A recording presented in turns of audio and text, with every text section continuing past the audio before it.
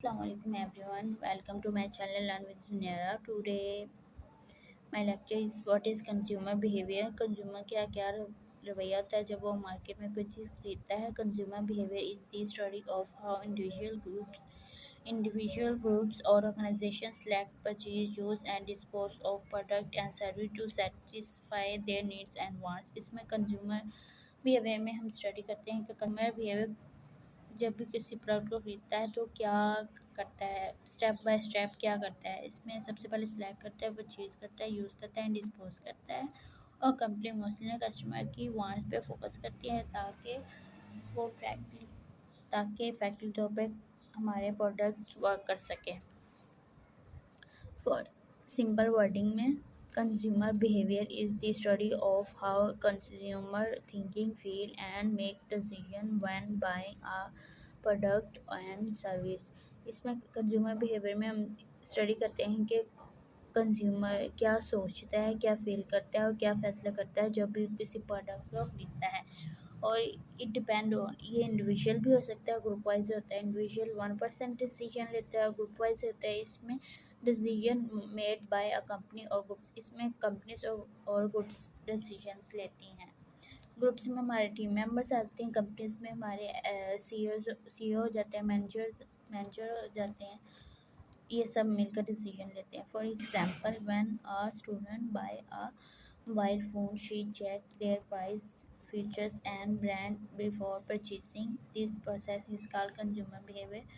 जब जब एक स्टूडेंट मोबाइल फ़ोन बाय करता है तो क्या करता है, सबसे पहले प्राइस चेक करता है, features and brand before purchasing. खरीदने से पहले वो सब इन चीज़ों को देखता है. जब ये सब चीज़ें उसकी रेंज के अंदर आएंगी तो तब ही वो प्रोडक्ट खरीदेगा. और अगर उसके फीचर्स और प्राइस या बेनिफिट होंगे तो वो कस्टमर सेटिस्फाई हो जाएगा इजीली. Mind trick SBUD. अगर आपको मुश्किल लग रहा है वो याद करने तो आप ये याद कर सकते हैं. ऐसे सिलेक्ट कंज्यूमर प्रोडक्ट चॉइस करता है, ऐसे कंज्यूमर प्रोडक्ट चॉइस करता है. बी से कंज्यूमर बाय करता है, यू से प्रोडक्ट को यूज़ करता है कंज्यूमर, और डी से डिस्पोज करता है प्रोडक्ट जब उसकी ज़रूरत ख़त्म हो जाती है. ठीक है. और क्विक रिवीजन में हम क्या कर सकते हैं, select buy, use and dispose कर सकते हैं. अगर आपको ये नहीं याद है तो आप ये लाइन 4 वर्ड यूज़ कर लो और आपको इजीली याद हो जाएंगे ये सारे. स्मार्ट बाय, यूज़, डिसीजन, ये याद कर लो और ये आपको याद हो जाएगा. ये आपकी ट्रिक है. ठीक है. Scope of consumer behavior. The scope of consumer behavior refer to the study of consumer activities before, during and after purchasing product and service. इसमें ना कंज्यूमर स्टडी करता है कि कंज्यूमर जब किसी प्रोडक्ट को खरीदता है, खरीदने से पहले, दरमियान और आफ्टर में क्या उसकी सरगर्मी होती है, क्या उसकी एक्टिविटीज़ होती हैं जब वो प्रोडक्ट को खरीदता है. Scope include consumer needs and wants. Understanding what consumer decide to buy. इसमें कंज्यूमर के रिक्वायरमेंट्स को देखते हैं. और buying decision process, how consumer decide to buy. इसमें देखते हैं कंज्यूमर डिसाइड क्या करता है, कंज्यूमर का प्रोसेस क्या होता है जब वो किसी चीज़ को बाय करता है. Product selection, choice amongst different brand and product. इसमें कंज्यूमर डिफरेंट ब्रांड्स और प्रोडक्ट को चॉइस करता है. Product use, how consumer use product. इसमें देखते हैं कंज्यूमर कैसे प्रोडक्ट को यूज़ करता है. पोस्ट परचेज बिहेवियर, सेटिस्फैक्शन और डिससेटिस्फैक्शन आफ्टर परचेज. इसमें देखते हैं कि इसमें हम इजी वर्डिंग में ये कर सकते हैं, फीडबैक या review.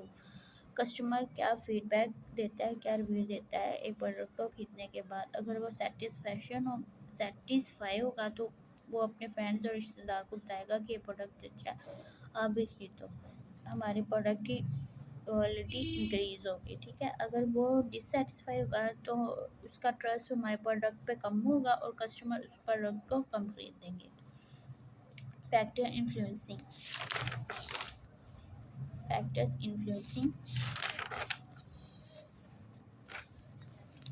Culture, social, personal and psychological factors. इसमें हमारे समाजी, social, personal and psychology factor. इसमें ना इन्फ्लुएंसर में हम हमारे इंस्टाग्राम फेसबुक वगैरह के इन्फ्लुएंसर आ जाते हैं। जैसे अगर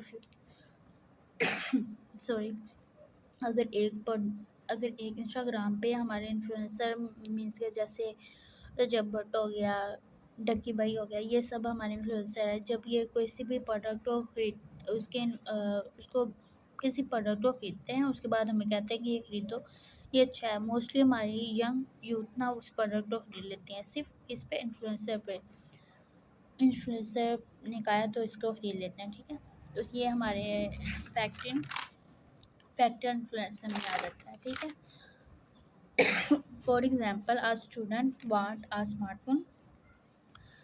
जब एक स्टूडेंट स्मार्टफोन चाहता है तो क्या करता है, पहले नीड्स को देखता है, स्टडी और communication, search compare Samsung, Oppo and Vivo. उसके बाद कंपेयर करता है सैमसंग, ओप्पो और वीवो के साथ कि मतलब कौन सा अच्छा है। परचेज डिसीजन, उसके बाद वो फैसला करता है कि उसने सैमसंग खरीद लिया। Uses uses the phone daily, उसके बाद प्रोडक्ट को डेली यूज़ करता है। Post purchase behaviour, feel satisfied if the phone work well, वो सेटिस्फाई हो जाएगा जब वो प्रोडक्ट अच्छी तरह वर्क करेगा, तो वो दूसरों को भी बताएगा कि आप ये खरीदो, ये अच्छा है, ठीक है। ये याद कर लो, मेमोरी माइंड ट्रिक। ये लाइन याद करोगे तो ये सारे कीवर्ड आपको इसलिए याद हो जाएंगे, जैसे need, search, buy, use, evaluate, after purchase. ये याद कर लोगे तो आपको ये वर्ड इजीली याद हो जाएंगे। एन से नीड, बी से बाइंग डिसीजन, यू से यूजेज, पी से पोस्ट परचेज और एफ से factor influencer.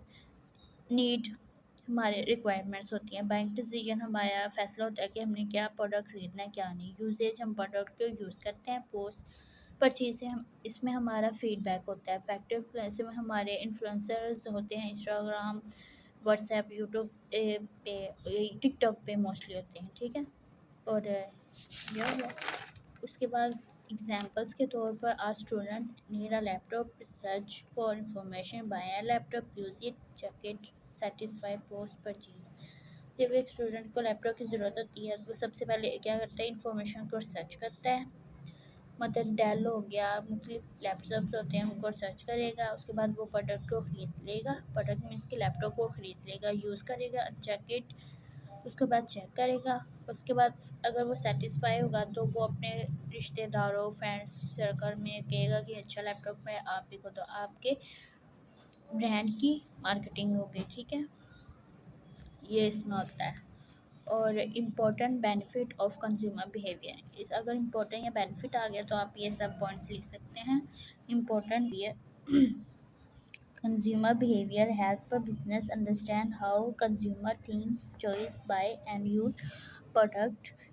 It ensures companies to make better marketing strategy decision and satisfy customer needs. Consumer behaviour की बिजनेस में स्टडी करने की वजह से हम देख सकते हैं कि कंज्यूमर क्या सोचता है, क्या प्रोडक्ट सेलेक्ट करता है और कि उसकी नीड्स एंड वांट्स क्या होती है। अगर उसकी नीड्स और वांट्स को हमें पता चल जाए तो मार्केटिंग स्ट्रेटजी हमारी इम्प्रूव हो जाती है और कस्टमर के सेटिस्फैक्शन को हम इजीली अचीव कर सकते हैं। Understanding customer needs help identify what customer wants, इसमें हम देखते हैं कि कस्टमर को क्या चीज़ रिक्वायर होती हैं, उसकी आइडेंटिफाई करते हैं उसकी रिक्वायर्ड्स को, ठीक है। बेटर मार्केटिंग स्ट्रेटजी, इसमें हम marketing campaigns better marketing strategy assist in creating effective marketing campaigns. अगर कंज्यूमर बिहेवियर अगर हमें अंडरस्टैंड कर लें तो हम मार्केटिंग स्ट्रेटजी भी इफेक्टिव वर्क कर सकते हैं। Customer satisfaction help provide product that meet customer expectation. Consumer behaviour help करता है कि कस्टमर के एक्सपेक्टेशंस को हम इजीली पूरा कर सकें, ठीक है। Product improvement enable companies to improve existing product. Consumer behaviour help करता है कि हम उसके कौन सा मौजूद प्रोडक्ट है ना उसमें ज़्यादा इम्प्रूवमेंट करके ना तो वो इफेक्ट इंक्रीज सेल्स को भी इंक्रीज कर सकता है और कस्टमर को सेटिस्फाई भी कर सकता है। Market segmentation help divided customer into different groups. Market segmentation help करती है कि हम कस्टमर के ना ग्रुप्स को डिफरेंट ग्रुप्स में डिवाइड करते हैं। टारगेट मार्केटिंग जैसे ऑफिस, जैसे यंग हो गया, यूथ हो गया और ओल्ड हो गया, और ऑफिस वर्कर हो गया।